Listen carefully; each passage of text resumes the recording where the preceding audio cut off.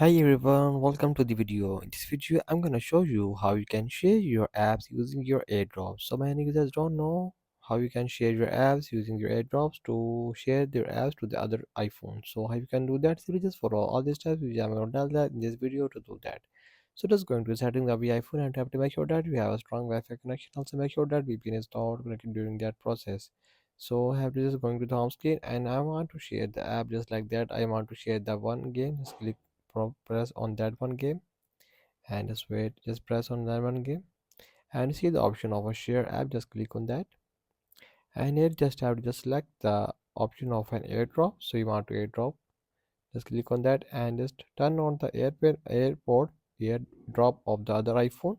And when just on the airdrop, you see the option of other iPhone 6, iPhone X, whatever the iPhone you have. So you can share your app with the airdrop. So that's the way you just use your airdrop to share your apps in your iPhone, maybe iPad. So that's the video. Make sure you like the video and subscribe the channel for the more videos like that.